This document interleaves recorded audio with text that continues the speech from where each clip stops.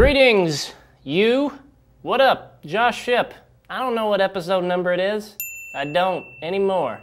But welcome regardless. Today's, quote, embarrassing childhood photo, although I disagree, is from Priscilla. Check her out. This is like her 8th grade formal or something. This is not an embarrassing childhood photo. She looks lovely. In the email, she's like, oh, I have an embarrassing tan line. Whatever, you look great. I think this is her way of trying to like subtly get a prom date via heyjosh.com.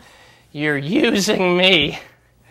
I'm being taken advantage of. What did I go down to with a deep voice? Check this out. Isn't this red? This dude kind of looks like Will Ferrell to me. Let's do that thing. Hiya, Josh. It actually says hiya. Apparently this is from a ninja.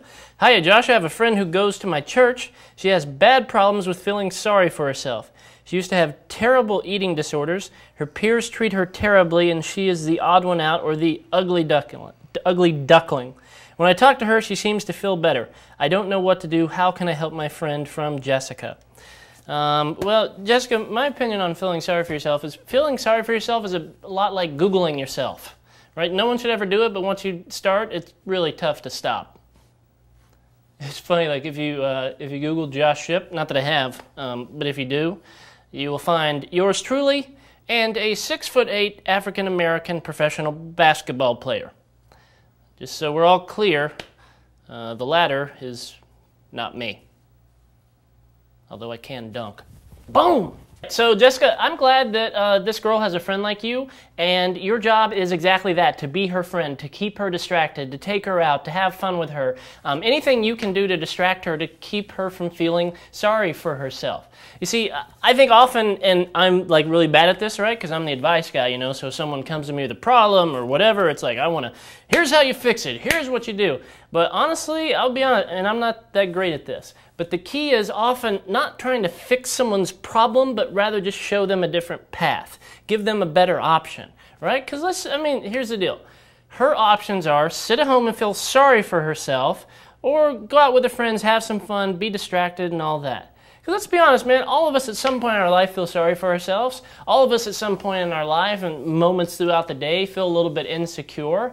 But if we can get ourselves around situations that encourage positive behavior rather than negative behavior, then in the end it's going to turn out better. So that is your job. You are like the Priceline negotiator, distractor type person. I hope you're still following me. That didn't even make sense to me, and I authored it in my mind. Bill Nye the Science Guy. Show her a brighter perspective. Be there for her. Lead by example. Distract her with fun stuff. Keep being her friend, ultimately. Because that's what she needs. And that's what you are. So, sincerely, thank you for being that for her. What's this? Huh? Hey Josh, I'm Rochelle, 17. I lost my dad almost 2 years ago. He committed suicide, and I miss him a ton. But now I live with my mom, and she is always pushing a new boyfriend on my little sister and I. I tried to tell her that I wasn't ready for all this yet, but she really doesn't seem to care. What should I do? From Rochelle. Rochelle, very sorry to hear about your situation. That does sincerely sound very tough. You know, things could be worse. Could have Party in the USA by Miley Cyrus stuck in your head for the past 5 days.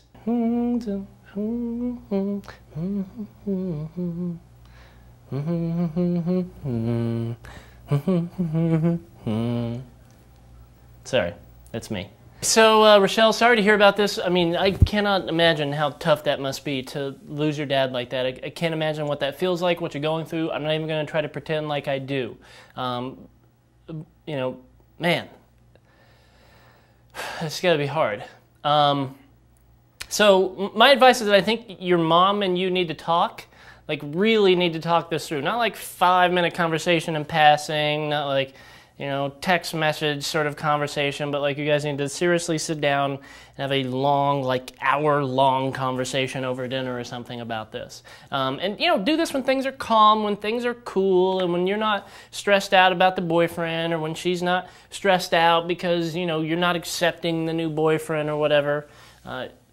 Basically, you guys just need to talk. So when you do talk, which you should, explain your position, right? Explain your sort of where you're coming from. You know, explain that you don't want someone to try to replace your dad, and that frankly, all of this, you know, sort of the new boyfriend, this guy maybe like trying to act like your father figure, I don't know, that it's just a little bit too soon, and that, you know, just be honest about it, right? If it makes you, like if it freaks you out a bit, just be honest about that. If it makes you feel confused or miss your dad even more, be honest about that. The best thing when you're talking to someone, particularly when it's someone that cares about you, like your parents, like don't feel like this is like some sort of like poker game, right? Where you got to like hold back some cards or like, oh, I can't tell them that makes me sad or I feel insecure about it. Like, this is your mom, you know, everybody makes mistakes and, you know, and all that, but she loves you, she cares about you, she has your best interest in mind. So just lay it all out there, be like, this is where I'm coming from and all that. Because oftentimes disagreements happen because people don't do that. They're not 100% honest. They're like 95% honest, but that 5% trips them up. So be 100% honest with your mom. And in return, ask her to be 100% honest with you. You know, why did she start dating again? What's up with this guy? What does she like about him? All that. Because try to see it from your mom's perspective too. It's not like she's doing this to try to upset you, or it's not like she's doing this to try to replace your father. You know, she probably just wants some companionship, and she probably met this guy and they got along, and so there you go. So, a bit of a disclaimer, you need to have this talk. I would encourage you to do it before the end of the day, because if you don't do it by the end of the day, you're just going to keep putting it off anyway. So try to sit down, have a nice, long conversation, very honest, 100% honest with your mom about this. And I will give you the following 100% money-back guarantee. This talk will be a bit awkward. You maybe won't want to do it, but it will be very, very effective, and it will help you. 100% money-back guarantee. But wait, there's more. I own 5 slap chops. Slap, slap, slap, slap, slap chop. It's a slap, slap, slap chop. My transitions sometimes are very weird. I thank you for watching The Advice Show. If you're not already, please subscribe to my YouTube channel, youtube.com/HeyJoshTV. You will get updated on the new glorious advice shows each Wednesday. If you would like to ask me for advice, go to heyjosh.com or call 877-HEY-JOSH. Until then, I'm Josh Shipp, who owns 5 slap chops in your face, but on your side. Slap, slap, slap.